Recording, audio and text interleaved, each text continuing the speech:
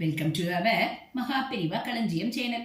இன்னைக்கு நம்ம குருவாரம் குரு பூஜை முடிச்சு இன்னைக்கு குருவாயூரப்பனை பற்றி சிறப்பா தெரிஞ்சுக்கலாம். குருவாயூரப்பன் கேரள மாநிலம் குருவாயூரில் உள்ள ஸ்ரீ குருவாயூரப்பன் ஆலயத்தில் காலை 3 மணிக்கு நிர்மால்ய தரிசனம் காண பக்தர்கள் காத்து கிடப்பார்கள். ஆலய கதவு திறந்தவுடன் பக்தர்கள் அனைவரும் முண்டியடித்துக் கொண்டு அம்மே நாராயணா, கிருஷ்ணா, குருவாயூரப்பா என்று அழைத்துக் கொண்டு திருச்சந்நிதி நோக்கி ஓடுவார்கள். அங்கு ஸ்ரீ குருவாயூரப்பன் முதல் நாள் இரவு சார்த்தப்பட்ட சந்தன காப்பு ஆடை ஆபரணங்களுடன் குழந்தை கண்ணனாக காட்சி தந்து பக்தர்களை மெய்சிலிருக்க வைப்பான். ஓரிரு நிமிடங்களில் அவனது அலங்காரம் களையப்பட்டு உடனடியாக தைலாபிஷேகம் நடைபெறும். தைலாபிஷேகம் செய்தவுடன் வாகை மரத்தின் பட்டையை இடித்து தயாரிக்கப்படும் பொடியை குருவாயூரப்பனின் திருமேனியில் போட்டு எண்ணெய் போக தேய்க்கிறார்கள். இதைத்தான் வாகை சார்த்து என்கிறார்கள். அதன் பின் தங்க குடத்தில் இருக்கும் புனித நீரால் திருமுழுக்காட்டுகின்றனர். அதன் பின் அலங்காரம் செய்யப்படுகிறது. திருமுடியில் மயில் பீலி அணிந்து கையில் வெண்ணெய் ஏந்தி சிறிய சிவப்பு நிற கோவணம் கௌபீனம் தரித்து புல்லாங்குழலுடன் பால கோபாலனாக ஸ்ரீ குருவாயூரப்பன் பக்தர்களுக்கு தரிசனம் தந்து அருள் பாலிக்கிறார். இந்த அபிஷேக தீர்த்தமும் தைலமும் பல நோய்களை குணப்படுத்தும் சக்தி பெற்றவை என பக்தர்கள் நம்புகிறார்கள். இந்த வாகை சார்த்து வழிபாடு பற்றி ஒரு கதையும் இருக்கிறது. ஒரு காலத்தில் தாய் தந்தை யாருமின்றி ஆதரவற்ற நிலையில் இருந்த காஷு என்ற 10 வயது சிறுவன் தொடர்ந்தாற்போல் 3 தினங்கள் உணவில்லாமல் இருந்தானாம். பசியின் கொடுமையை தாங்கவியலாத அவன் அருகிலுள்ள நதிக்கு சென்று அதில் மூழ்கி தன்னை மாய்த்துக் கொள்ள நினைத்தான்.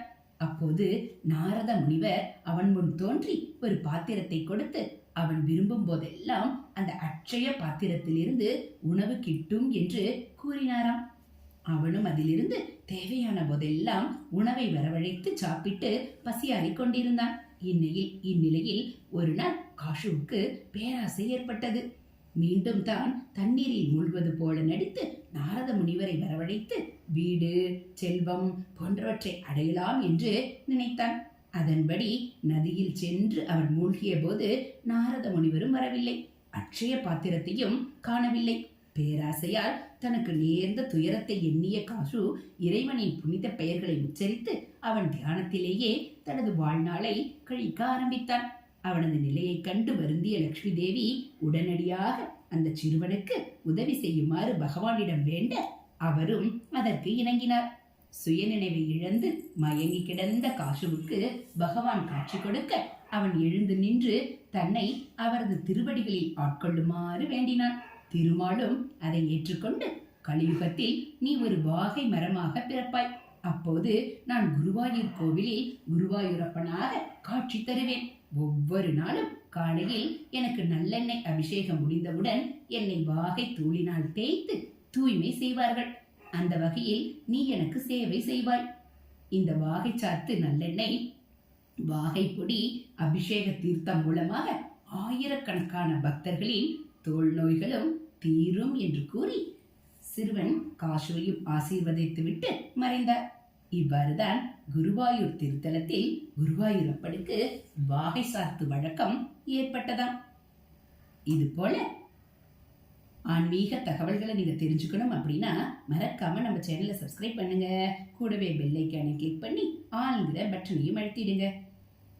அப்ப நம்ம சேனல்ல வரக்கூடிய ஆன்மீக கதைகள் எல்லாம் உங்களுக்கு உடனே நோட்டிபிகேஷனா வந்துடும். நம்ம சேனல்ல வரக்கூடிய ஆன்மீக கதைகள் எல்லாம் உங்களுக்கு பிடிச்சிருந்தா ஒரு லைக்கும் கமெண்ட்டும் கொடுத்து மறக்காம உங்களுக்கு தெரிஞ்சவங்களுக்கும் ஷேர் பண்ணுங்க.